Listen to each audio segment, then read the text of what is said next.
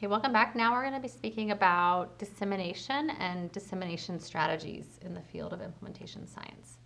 So again, as we've kind of talked about all along, there is this distinction between both dissemination and implementation, as well as more passive approaches to kind of distributing information about our evidence-based programs and practices versus more actively trying to accelerate and influence their adoption.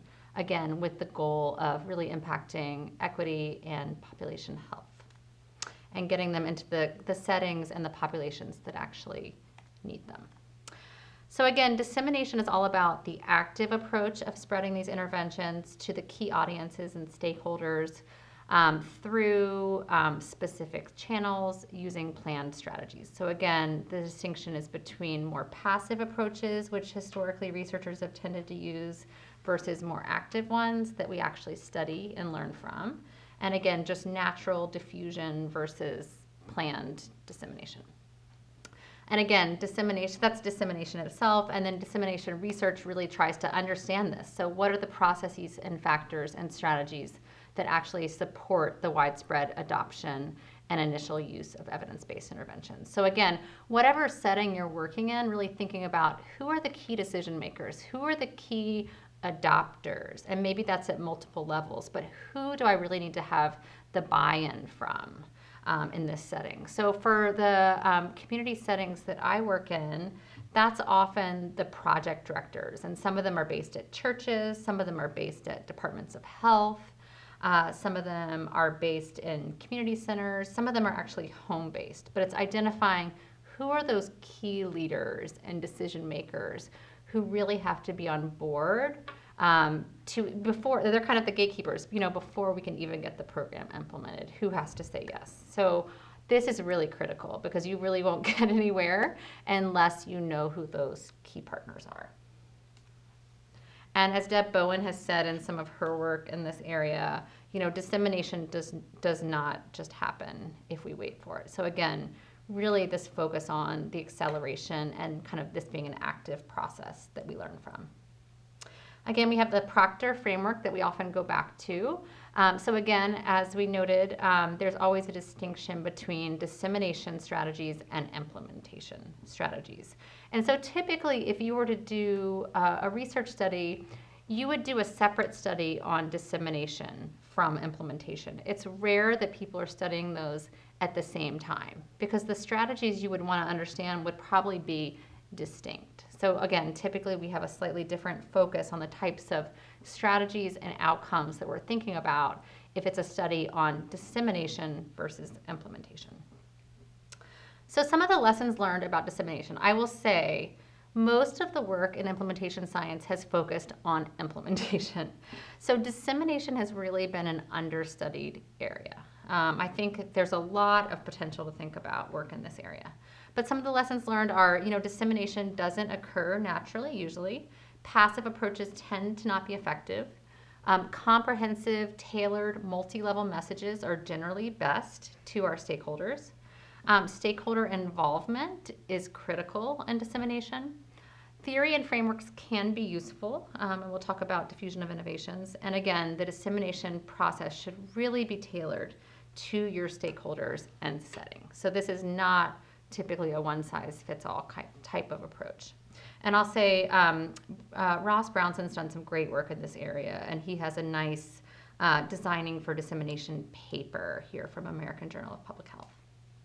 And again, he kind of goes through and highlights this foundational piece that when we're thinking about dissemination, early and often engagement with stakeholders throughout the process, whether it's research, whether it's a collaboration, is really critical for identifying what are the priority areas, what are the gaps, what's the intervention, what are the barriers to dissemination, who are the key people in the setting, who are the key adopters. So all of this is just so critical. We cannot come in, or as a researcher, I can't come in to a new setting and hope to understand that. So this really has to be a collaborative process. And again, this is also from Ross Brownson's piece in American Journal of Public Health, which kind of just goes into more detail about these elements that need to be in place. It's a really great piece that I recommend. So when we think about dissemination strategies that we might want to test, so again, in the communication field and other fields, sometimes people have talked about these as channels or mediums for communication. So again, this is really about what are the tailored approaches that we're using to encourage the awareness and adoption of evidence-based interventions among stakeholders. So again, this could look like a number of different things depending on your setting and stakeholders. So it could involve, mass media coverage, social media, a press release, a research summary document, lots of flyers, posters, brochures, a policy brief if policymakers are one of your key stakeholders, study newsletters, community agency or internal publications, listservs, local events, seminars, community meetings, interpersonal channels and communication, demonstration projects or modeling of successful programs, op-eds. So again, you really have to know what's fitting and appropriate for your setting and context. And again, what researchers have tended to be doing has not generally been effective for dissemination. So again, researchers have tended to do things like passive strategies, so mass mailings, publication of information, presentations at conferences, information on a website.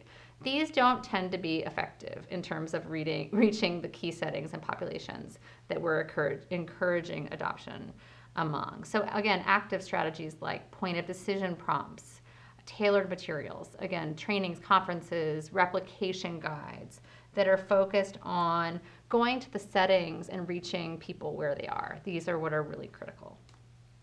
So just think too about how context and stakeholder specific this is. So your dissemination strategy, again, for an HIV prevention curriculum in New York City schools, those stakeholders and settings are completely different than your dissemination strategy for, a decision aid for prostate cancer screening in federally qualified health centers in rural Missouri, or a physical activity intervention that's taking place in public housing in kind of urban Boston area, or a lay health advisor or peer-led program in Department of Health or church settings. So just when you start to think about those examples, the stakeholders, the key adopters, the decision makers are really different. So again, your dissemination strategies would need to reflect that. So again, this is where diffusion of innovation might come in. So broadly, again, Everett Rogers kind of proposed this idea about how can we best communicate an innovation, and again, here we're talking about a new intervention or program or practice within a social system of potential adopters and implementers to really kind of, again, influence the adoption and use. So again, diffusion of innovation can help us think about who are our key stakeholders, what are their characteristics that might help us understand and influence adoption, and it might really, again, help us think about how we can inform our dissemination strategies. So one example, again, let's say our innovation, our intervention is this HIV prevention curricula for school. So dissemination would be all about, again, studying and understanding how we communicate and what dissemination strategies we use to influence whether or not the key decision makers, the principal, adopt the program. They say they intend to use it. They say they're on board. So maybe they, sign a memorandum of agreement, as well as the teachers. Those are the key adopters that would need to be on board in terms of dissemination. Adoption would be the principal's decision to actually say, yes, I'm going to use this curriculum, and the teacher's intention to use it. And then implementation would be looking at their actual use across the year. And then maintenance might be studying that over time. So again, dissemination is about this earlier piece of getting the principals, the teachers on board. So again, diffusion of innovation has us think about what characteristics of the intervention might influence whether or not the principals and teachers are actually on board. So again, cost is one. What's the cost of adopting and using the intervention? How effective is it? If you're replacing an existing program, is it more effective than the one we already have delivered? What's the advantage of introducing it? So say you have nothing in place. What's the case of why we should actually introduce it? Complexity or simplicity. How simple is it to understand? Is the curriculum, if I'm trained on it, is it straightforward and easy to use?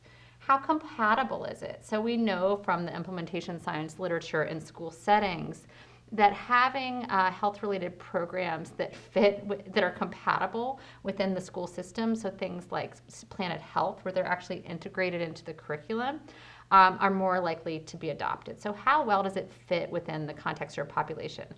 Where we're seeing an emphasis more and more on testing and academics in schools, is it feasible to think that it will be compatible with the school district and the principal's priorities and mission? And if not, how might we be able to frame it in a way that is?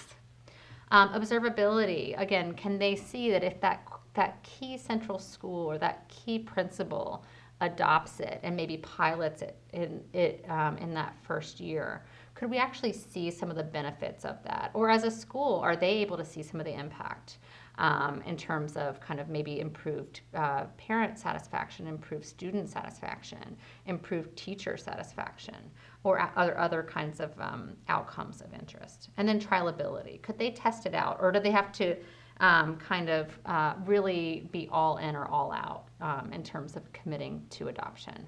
So again, these are things that you might think about trying to understand from the stakeholder perspective, how you might frame some of the messaging and understand what's important to them. And again, the diffusion of innovations would suggest that these are highly influential in terms of a decision maker adopting or not adopting a program. So in some of our strategies, some of our messaging might reflect some of these characteristics. Again, in terms of the communication channels, dissemination really requires identifying and working with stakeholders to identify what makes sense for a specific audience. And again, there is no one right answer for this. So this is really a learning process from your stakeholders, from your setting, in terms of what is feasible and appropriate and you think will be effective, and then learning from that in terms of how well it actually ends up encouraging adoption. Also in diffusion of innovation, we hear a lot about the social structure or the system. And often when we're talking about implementation science, we're not often at kind of one individual setting. We're often within a system, so a school system, a system of departments of public health, a system of, or a unit or a system of churches, for example. Sometimes this might be embedded by social identity. Sometimes this might be about a geographic location. And in diffusion of innovation, there's this focus on really understanding who are the key opinion leaders within that setting.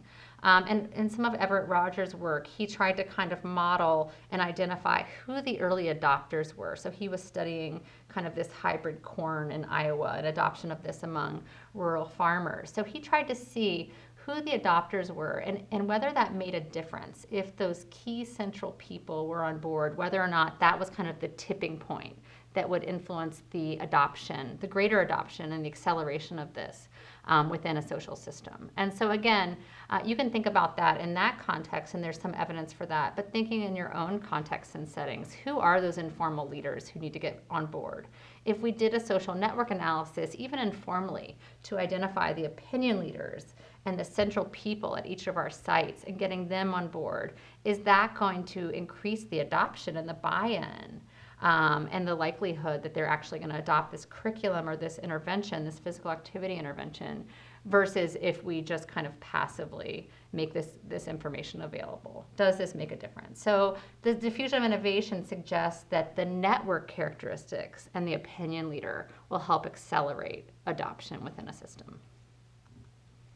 And again, adoption success from the diffusion of innovation standpoint, again, is influenced by the characteristics of the innovation or the intervention, like we talked about, trialability, cost, simplicity, et cetera.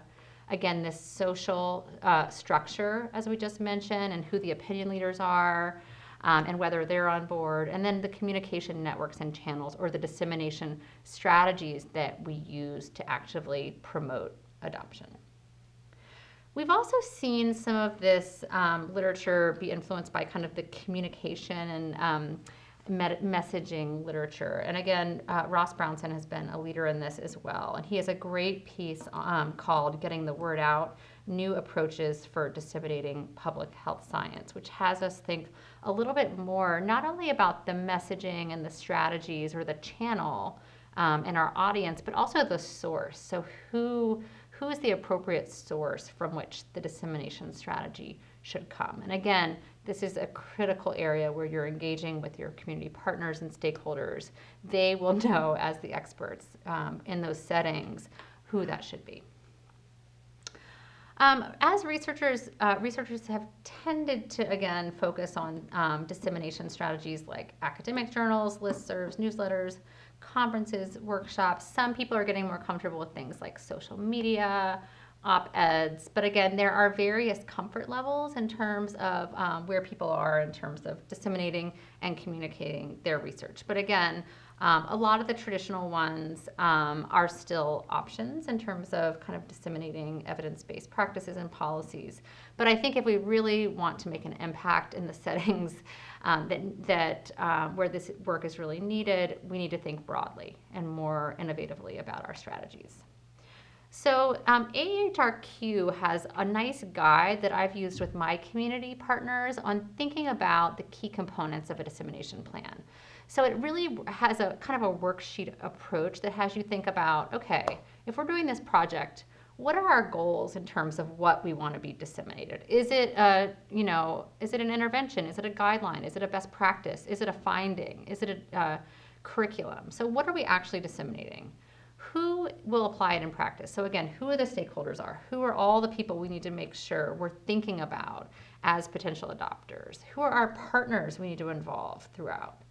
How can we think about, for each of those different stakeholders, what are the different communication or dissemination strategies? Again, a one-size-fits-all approach is not likely going to work. And then how might we evaluate this? So this is just, it has you, again, think really specifically and systematically about your dissemination plan. And here's just an example of this. This is from the nursing field. I'm not going to go into this in detail, but I do like how they break down each of the, the patient population, the sites, the community stakeholders, the scientific community, the funding organizations. So thinking for you, who are those meaningful stakeholders? What the product is, what the mode is of dissemination and the dissemination strategy is, what the considerations are, how you might evaluate that. I think it's just useful for having us start to think that way more systematically and proactively. So not doing this at the end, but from the beginning. Here are some of the community strategies that I've used. So, I have done web videos for my community partners, a lot of interpersonal communication, local media and newspapers, their own internal listservs. So again, working with your stakeholders, maybe it's a community forum, what makes sense for them? So meeting them where they are and not kind of imposing what you think the best strategies for reaching them are.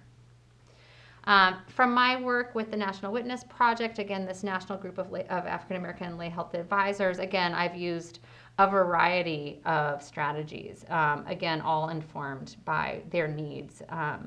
And so that's been health fairs and community events. Again, a lot of going to the sites and providing both informal and interpersonal communication, webinars remotely through Zoom, doing summary reports for all the leadership. We've also published and included them as community partners. We've presented at conferences, of course, provided the information back to our funders, but we prioritize making sure that the information we collect is given back to the sites that provide it. So it's back in the hands of the people who are going to benefit from it. Finally, for those of you who are doing policy-related work, I think we as implementation scientists have not done enough in this area. Jonathan Pirtle does some great work thinking about different dissemination strategies for different types of policymakers, whether it's local, state, or national. He's done some really amazing work. So if you're interested in this area, I would definitely check his work out. But again, this might be policy briefs, this might be forums, this might be position statements. Again, what this will look like will depend on the level of policymaker in which you're attempting to influence or engage. So recognizing the policymakers themselves are quite diverse. But this is an area where I think that there's huge potential and huge gaps. And then finally, general public strategies. If we want to shift the dialogue nationally, I think we're increasingly recognizing that, options like, writing op-eds, thinking about collaborating with journalists, thinking about social media. These are other ways that we can think about as either researchers or community partners getting our work out. So this is kind of another, I think, this is an area I think where we're seeing more movement. But again, not everyone is comfortable with this. So really, you as an individual have to decide what's your comfort level in terms of disseminating your research. And again, working with your partners on the ground to determine what makes sense for you all and how you think you'll be most effective in disseminating your work.